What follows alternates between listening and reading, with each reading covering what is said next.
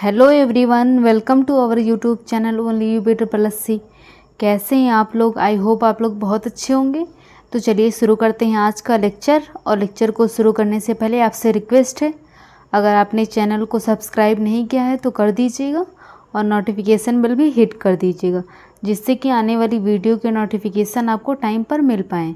तो चलिए शुरू करते हैं आज का लेक्चर।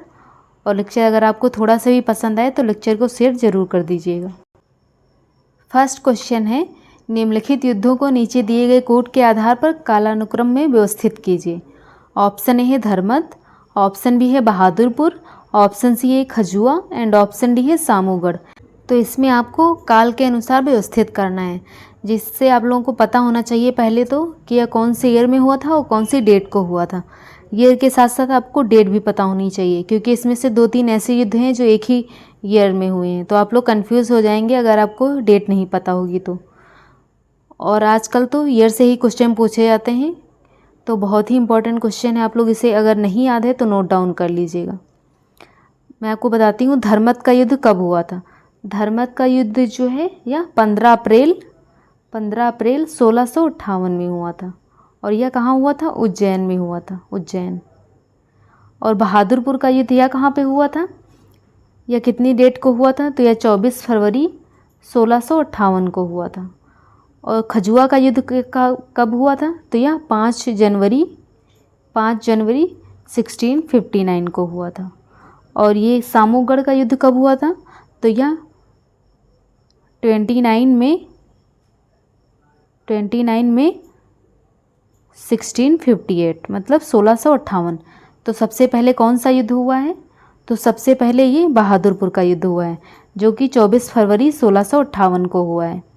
और ये फिर उसके बाद ये 15 अप्रैल 1658। तो पहले आता है 2-1, तो ये सही है 2-1-4-3। तो ऑप्शन डी इसका सही आंसर है गाइस। और आप लोग नोट डाउन कर लीजिएगा कि धर्मत का युद्ध कब हुआ था। तो यह हुआ था 14 अप्रैल 1658 को उज्जैन में हुआ था। बहादुरपुर का युद्ध कब हुआ था? तो यह 24 फरवरी 1658 में हुआ था। और खजुआ का युद्ध कब हुआ था? तो यह 5 जैन 1659 में हुआ था। और सामूगढ़ का युद्ध कब हुआ था? तो यह 29 में 1658 में हुआ था। तो आप लोग ये सारे पॉइंट्स नोट डाउन कर लीजिएगा, जिससे आप लोगों को सारे युद्ध पता हो जाएं। तो इसका सही आंसर है guys option D, 2-1-4-3। Question number 2 है, निम्नलिखित में से किस मध्यकालीन शासक ने सार्वजनिक वितरण प्रणाली प्रारंभ की? ऑप्शन ए है अलाउद्दीन खिलजी ने, ऑप्शन बी है बलबन ने, ऑप्शन सी है फिरोज शाह तुगलक ने एंड ऑप्शन डी है मोहम्मद बिन तुगलक ने। तो जो सार्वजनिक वितरण प्रणाली जो है यह किसने प्रारंभ की थी? तो यह जो है बलबन ने प्रारंभ की थी, बलबन ने। ऑप्शन बी इसका सही आंसर है गाइज।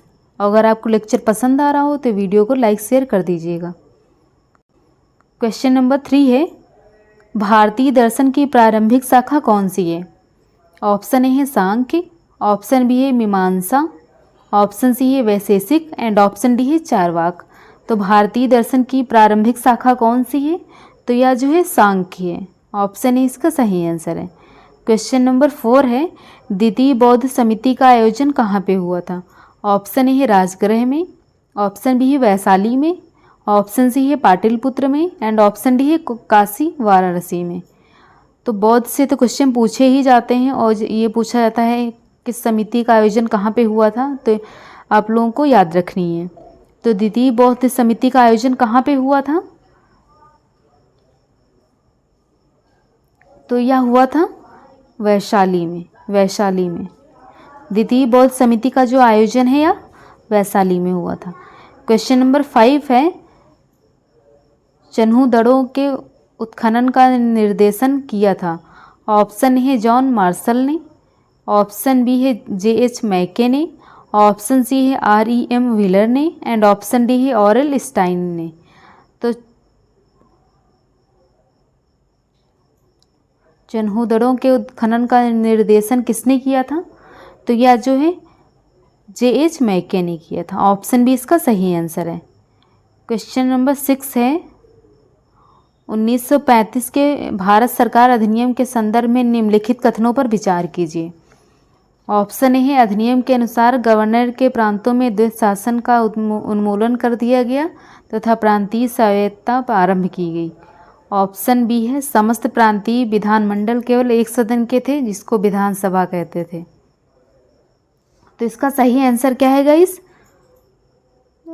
केवल एक, केवल दो या फिर दोनों सही है या तो कोई नहीं। तो इसका सही आंसर है guys option A.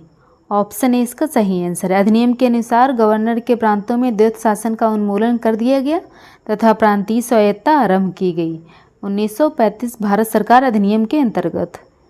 Question number 7 है फॉरवर्ड ब्लॉक के संस्थापक थे। मोस्ट इम्पॉर्टेंट क्वेश्चन है, ज़रूर से एग्जाम में आएगा, आप लोग इसे ज़रूर से नोट डाउन कर लीजिएगा। और अगर आपको पीडीएफ चाहिए इसका तो आपको टेलीग्राम चैनल पर मिल जाएगा। टेलीग्राम चैनल का लिंक जो है वीडियो के डिस्क्रिप्शन बॉक्स में दिया गया है, तो वहाँ से आप लोग टेलीग्राम चैनल को ज्वाइन कर सकते हैं। वहाँ पे एमसीक्यू भी कराई जाती हैं जिससे आप लोगों की तैयारी और अच्छी हो जाएगी। तो ज़रूर से ज्वाइन कर लीजिएगा टेलीग्राम चैनल को। तो क्वेश्चन नंबर 7 है फॉरवर्ड ब्लॉक के संस्थापक थे। ऑप्शन ए है जयप्रकाश नारायण, ऑप्शन बी है CR डे, ऑप्शन सी है Motilal Nehru and option D है सुभाष चंद्र बोस। तो फॉरवर्ड ब्लॉक के संस्थापक कौन थे? तो यह जो है सुभाष चंद्र बोस थे। क्वेश्चन नंबर 8 है बारदोली सत्याग्रह 1928 का नेतृत्व किसने किया था? ऑप्शन ए है सरदार वल्लभ भाई पटेल ने, ऑप्शन बी है महात्मा गांधी ने, ऑप्शन सी है विट्ठल भाई जे पटेल ने एंड ऑप्शन डी है महादेव देसाई ने। तो बारदोली सत्याग्रह 1928 का नेतृत्व किसने किया था? तो यह जो है सरदार वल्लभ भाई पटेल ने किया था। और इसी सत्याग्रह के बाद इनको सरदार की उपाधि दी गई थी। इसी सत्याग्रह में जो महिलाएं थीं इन्होंने इनको सरदार की उपाधि दी थी। इसे आप लोग याद रखिएगा। क्वेश्चन नंबर 9 है निम्नलिखित नेताओं में कौन सा एक स्वदेशी के समर्थक थे? ऑप्शन ए है अरविंद घोष, ऑप्शन सी है फिरोज शाह मेहता, ऑप्शन सी है दादा भाई नौरोजी एंड ऑप्शन डी है सुभाष चंद्र बोस। इनमें से कौन सा एक नेता था जो स्वदेशी के समर्थक थे? तो इसका सही आंसर है guys option A Aurobindo Ghosh जो थे ये स्वदेशी के समर्थक थे। क्वेश्चन नंबर 10 है निम्नलिखित को सुमेलित कीजिए तथा नीचे दिए गए कोट से सही उत्तर का चयन कीजिए। इसमें सुमेलित करना है कि कौन से जो हैं ये कौन सी सभा से जुड़े हुए हैं, कौन से नेता जो हैं कौन सी सभा से जुड़े हुए हैं। तो राजा राम मोहन राय या किससे जुड़े हुए हैं? तो आप लोग कमेंट सेक्शन में बताइएगा। तो राजा राम मोहन राय जो हैं या आत्मीय सभा से जुड़े हुए हैं। और देवेंद्र नाथ टैगोर या किससे जुड़े हुए हैं? तो यह तत्वबोधिनी सभा से जुड़े हुए हैं। विवेकानंद जो हैं या किससे जुड़े हुए हैं? तो यह रामकृष्ण मिशन से जुड़े हुए हैं। और आत्माराम पांडुरंग जो हैं या किससे जुड़े हुए हैं? तो यह प्रार्थना समाज से जुड़े हुए हैं। बहुत इंपॉर्टेंट क्वेश्चन है जिसमें से प्रार्थना समाज और आत्मीय सभा ये सबसे ज़्यादा पूछे जाते हैं। और तत्वबोधिनी सभा ये बहुत ही ट्रेंडिंग में है इस टाइम क्वेश्चन। इसमें से एक ना कोई एक क्वेश्चन जरूर आएगा एग्जाम में। तो आप लोगों को पता होना चाहिए कि कौन सा सभा जो है किसने करी थी। राजा राम मोहन राय ने आत्मीय सभा की थी और देवेंद्र नाथ टैगोर जो हैं या तत्वबोधिनी सभा के थे। विवेकानंद जो है Ramakrishna mission and option D है आत्माराम पांडुरंग जो थे या प्रार्थना समाज। तो इसका सही आंसर क्या है गाइस? तो इसका सही आंसर है ऑप्शन ए 2 1 3 4। क्वेश्चन नंबर 11 है निम्नलिखित समुद्री धाराओं में कौन हिंद महासागर की धारा नहीं है? ऑप्शन है अगुल हास धारा, ऑप्शन बी है मोजाम्बिक धारा, ऑप्शन सी है दक्षिण हिंद महासागरीय धारा एंड ऑप्शन डी है वेंगुएला धारा। तो इनमें से कौन सी समुद्री धारा जो है हिंद महासागर की धारा नहीं है? तो इसका सही आंसर है गाइस ऑप्शन डी वेंगुएला धारा। क्वेश्चन नंबर 12 है निम्नलिखित में कौन सा युग्म सही सुमेलित नहीं है? ऑप्शन ए है घाना अक्रा, ऑप्शन बी है केनिया नैरोबी, ऑप्शन सी है नामीबिया विंडहाक एंड ऑप्शन डी है नाइजीरिया रबात। तो इसका गलत आंसर कौन सा है गाइस? तो इसका गलत आंसर है नाइजीरिया। ऑप्शन डी इसका गलत आंसर है। नाइजीरिया रबात से सुमेलित नहीं होगा। क्वेश्चन नंबर 13 है कथन ए काली कपास वाली मृदाएं वर्षाहीन खेती के लिए आदर्श हैं। कारण आर है काली कपास वाली मृदाएं सूक्ष्म कणिक हैं। तो नीचे दिए गए कोटों में सही उत्तर चुनिए। ए और आर दोनों सही हैं तथा आर ए की सही व्याख्या करता है ऑप्शन बी है ए और आर दोनों सही हैं परंतु आर ए की सही व्याख्या नहीं करता है। ऑप्शन सी है ए सही है परंतु आर गलत है। एंड ऑप्शन डी है ए गलत है परंतु आर सही है। तो इसका सही आंसर है गाइज ऑप्शन डी, ए गलत है परंतु आर सही है। आर ये जो है सही है। काली कपास वाली मृदाएं जो है सूक्ष्म कणिक होती हैं। कथन ए काली कपास वाली मृदाएं वर्षाहीन खेती के लिए आदर्श हैं, ऐसा कोई जरूरी नहीं है। तो इसका सही आंसर है ए गलत है परंतु आर सही है। क्वेश्चन नंबर 14 है, जम्मू श्रीनगर राजमार्ग पर जवाहर सुरंग संबंधित है। ऑप्शन ए है पीर पंजाल श्रेणी से, ऑप्शन बी है काराकोरम श्रेणी से, ऑप्शन सी है जासकत श्रेणी से एंड ऑप्शन डी है त्रिकूट श्रेणी से। तो जम्मू श्रीनगर राजमार्ग पर जवाहर सुरंग जो संबंधित है यह किस श्रेणी से संबंधित है? तो यह जो है पीर पंजाल श्रेणी से संबंधित है। ऑप्शन ए इसका सही आंसर है। क्वेश्चन नंबर 15 है, भारत के किस राज्य में महिला साक्षरता न्यूनतम है? ऑप्शन ए है बिहार, ऑप्शन बी है उड़ीसा, ऑप्शन सी है राजस्थान एंड ऑप्शन डी है जम्मू कश्मीर। तो इसमें आप लोगों को बताना है कि महिला जो है या कहाँ किस राज्य की सबसे कम पढ़ी लिखी हैं। तो इसका सही आंसर है guys option A Bihar. Bihar जो है यहाँ की महिला जो है सबसे कम न्यूनतम साक्षरता है यहाँ पे। क्वेश्चन नंबर 16 है, भारत में मुद्रा करेंसी का आंशिक परिवर्तनीयता का अर्थ है।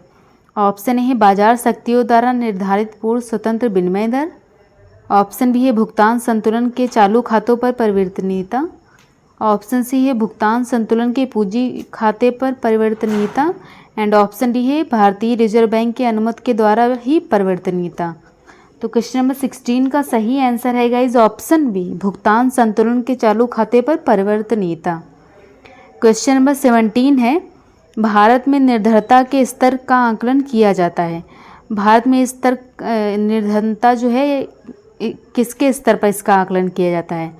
ऑप्शन है विभिन्न राज्यों में प्रति व्यक्ति आय के आधार पर, ऑप्शन बी है परिवार की औसत आय के आधार पर, ऑप्शन सी है परिवार के उपभोग व्यय के आधार पर एंड ऑप्शन डी है देश के मलिन बस्तियों की जनसंख्या के आधार पर। तो भारत में जो गरीबी का स्तर है इसका आकलन कैसे किया जाता है? तो इसका सही आंसर है गाइज ऑप्शन सी परिवार के उपभोग व्यय के आधार पर। मतलब परिवार जो कमाता है और जो खर्चा करता है उसके आधार पर गरीबी के स्तर का आकलन किया जाता है। बहुत इंपॉर्टेंट क्वेश्चन है, आप लोग नोट डाउन कर लीजिएगा। और अगर आपको लेक्चर पसंद आ रहा हो तो वीडियो को लाइक शेयर कर दीजिएगा और चैनल को भी सब्सक्राइब कर दीजिएगा। क्वेश्चन नंबर 18 है, भारत में हरित क्रांति के प्रणेता कौन थे? ऑप्शन ए है JK मेहता, ऑप्शन बी है RK मुखर्जी, ऑप्शन सी है MS Swaminathan and option D है उपरोक्त में से कोई नहीं। तो भारत में हरित क्रांति के जो है जनक हैं या कौन है? तो यह MS स्वामीनाथन है। और श्वेत क्रांति के जनक कौन है? तो यह कुरियन है। इसे भी आप लोग याद रखिएगा, श्वेत क्रांति और हरित क्रांति के MS स्वामीनाथन।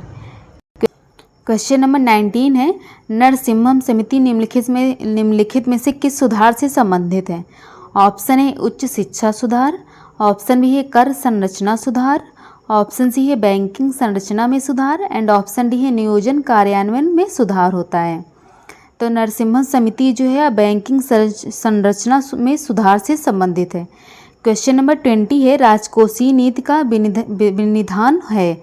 ऑप्शन ए है पूंजी निर्माण, ऑप्शन बी है बेरोजगारी, ऑप्शन सी है घाटे की बजट नीति एंड ऑप्शन डी है उपर्युक्त में से कोई नहीं। तो राजकोषीय नीति का विनिधान कौन सा है? तो इसका सही आंसर है गाइज ऑप्शन सी घाटे की बजट नीति। क्वेश्चन नंबर 28 है, अक्टूबर 1959 में पंचायती राज भारत में सर्वप्रथम आरंभ किया गया था। ऑप्शन है राजस्थान में, ऑप्शन बी है तमिलनाडु में, ऑप्शन सी है केरल में एंड ऑप्शन डी है कर्नाटक में।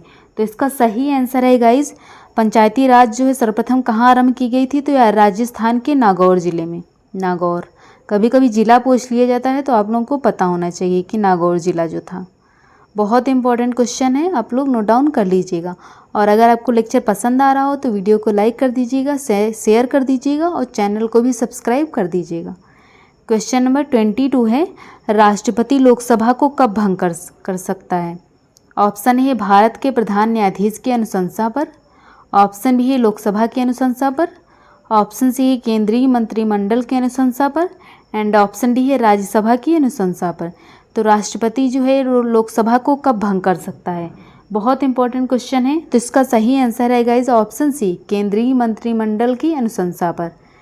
क्वेश्चन नंबर 23 है, संघीय संविधान के सामान्य विशेषताओं की सूची नीचे दिए गए हैं एवं अंत में दिए गए कोड की सहायता से उन विशेषताओं का चयन कीजिए। सूची है, ऑप्शन ए है लिखित एवं दुष्परिवर्तनशील संविधान, ऑप्शन बी है KR संघरित इकाइयों के मध्य शक्तियों का बंटवारा, ऑप्शन सी है विधायिका और कार्यपालिका के मध्य शक्ति पृथक्करण, एंड ऑप्शन डी है द्विसदनीय राष्ट्रीय विधानमंडल। तो इनमें से कौन सा सही है? तो इसका सही आंसर है guys option C, first second और फोर्थ इसका सही आंसर है गाइज। क्वेश्चन नंबर 24 है, निम्नलिखित में से किन अनुच्छेदों को राष्ट्रीय आपातकाल के दौरान भी निलंबित नहीं किया जा सकता? ऑप्शन ए है अनुच्छेद 14 से 15, ऑप्शन बी है अनुच्छेद 19 से 20, ऑप्शन सी है अनुच्छेद 21 से 22 एंड ऑप्शन डी है अनुच्छेद 20 से 21। तो ऐसे कौन से अनुच्छेद हैं जिनको आप राष्ट्रीय आपातकाल के दौरान भी निलंबित नहीं किया जा सकता है? तो यह अनुच्छेद है अनुच्छेद 20 और 21। क्वेश्चन नंबर 25 है, भारत के संविधान में उद्देशिका का विचार कहाँ से लिया गया है? ऑप्शन ए है इटली के संविधान से, ऑप्शन बी है कनाडा के संविधान से, ऑप्शन सी है फ्रांस के संविधान से एंड ऑप्शन डी है USA के संविधान से। तो उद्देशिका का विचार कहाँ से लिया गया है? तो यह जो है USA से लिया गया है, अमेरिका से जो है उद्देशिका का विचार लिया गया है। क्वेश्चन नंबर 26 है, थायमीन है, ऑप्शन ए है विटामिन सी, ऑप्शन बी है विटामिन B2, ऑप्शन सी है vitamin B6 and option D है विटामिन B1। तो थायमीन क्या है? तो इसका सही आंसर है guys option D, vitamin B1। और विटामिन सी क्या है? यह एस्कॉर्बिक एसिड है, इसे भी आप लोग याद रखिएगा, इसका रासायनिक नाम जो है एस्कॉर्बिक एसिड है। क्वेश्चन नंबर 27 है, निम्न में से कौन सा कोशिकांग आनुवांशिक अभियांत्रिकी से संबंधित है? ऑप्शन ए है लाइसोसोम, ऑप्शन बी है माइटोकॉन्ड्रिया, ऑप्शन सी है प्लाज्मिड एंड ऑप्शन डी है प्लास्टिड। तो इनमें से कौन सा कोशिकांग जो है आनुवांशिक अभियांत्रिकी से संबंधित है? तो इसका सही आंसर है guys option C, plasmid. Plasmid जो है यह आनुवांशिक अभियांत्रिकी से संबंधित है। क्वेश्चन नंबर 28 है, सूची 1 को सूची 2 से सुमेलित कीजिए। तो इसका आप लोगों को मेल करना है। तो इसका सही मेल क्या है? आप लोग कमेंट सेक्शन में बताइएगा। तो इसका सही मेल है गाइज, जर्मन सिल्वर जो है इसको निकेल से मिलाएंगे, और सोल्डर जो है इसको टिन से मिलाएंगे, और ब्लीचिंग पाउडर जो है इसको क्लोरीन से, और हाइपो जो है इसको सोडियम से। तो इसका सही आंसर है guys option D, A2B1 C4 और 4 German silver, nickel, solder, tin, bleaching powder, chlorine and hypo sodium. बहुत इंपॉर्टेंट क्वेश्चन है, आप लोग नोट डाउन जरूर से कर लीजिएगा। और अगर आपको लेक्चर पसंद आ रहा हो तो वीडियो को लाइक शेयर कर दीजिएगा और चैनल को भी सब्सक्राइब कर दीजिएगा। और अगर आपको इस वीडियो का PDF चाहिए तो वीडियो के डिस्क्रिप्शन बॉक्स में टेलीग्राम चैनल का लिंक दिया गया है, तो वहाँ से आप लोग टेलीग्राम चैनल को ज्वाइन कर सकते हैं। वहाँ पे आपको डेली MCQ कराए जाते हैं और हर सब्जेक्ट के कराए जाते हैं, जिससे आप लोगों की तैयारी और अच्छे से हो जाएगी। आपको लाइव क्विज कराई जाती है और आपका रिजल्ट वहीं पर दे दिया जाएगा। तो आप लोग टेलीग्राम चैनल को ज्वाइन करना मत भूलिएगा। क्वेश्चन नंबर 29 है, मिट्टी के घड़े में निम्न में से किस क्रिया के कारण पानी ठंडा रहता है? ऑप्शन ए है द्रवण, ऑप्शन बी है वाष्पीकरण, ऑप्शन सी है ऊर्ध्वपातन एंड ऑप्शन डी है उपयुक्त में से कोई नहीं। तो जो मिट्टी का घड़ा होता है उसमें पानी क्यों ठंडा रहता है? आप लोग बताइएगा कमेंट करके। तो वह जो है वाष्पीकरण के कारण होता है। क्वेश्चन नंबर 30 ये है आज का लास्ट क्वेश्चन। उससे पहले आपसे रिक्वेस्ट है, अगर आपने चैनल को सब्सक्राइब नहीं किया है तो कर दीजिएगा और वीडियो को शेयर भी कर दीजिएगा। क्वेश्चन नंबर 30 है, निम्नलिखित सिद्धांत पर रॉकेट कार्य करता है। रॉकेट जो है किस पर कार्य करता है? कौन से सिद्धांत पर कार्य करता है? ऑप्शन ए है अवोगाद्रो अवधारणा, ऑप्शन बी है ऊर्जा संरक्षण, ऑप्शन सी है संवेग संरक्षण एंड ऑप्शन डी है बर्नौली का सिद्धांत। तो रॉकेट जो है किस पर कार्य करता है? तो यह जो है संवेग संरक्षण पर कार्य करता है रॉकेट। तो आज का लेक्चर यहीं पे ख़त्म होता है। अगर आपको लेक्चर पसंद आया हो तो वीडियो को लाइक कर दीजिएगा, शेयर कर दीजिएगा और चैनल को भी सब्सक्राइब कर दीजिएगा। Keep supporting guys. मिलते हैं नेक्स्ट वीडियो में, तब तक के लिए बाय बाय।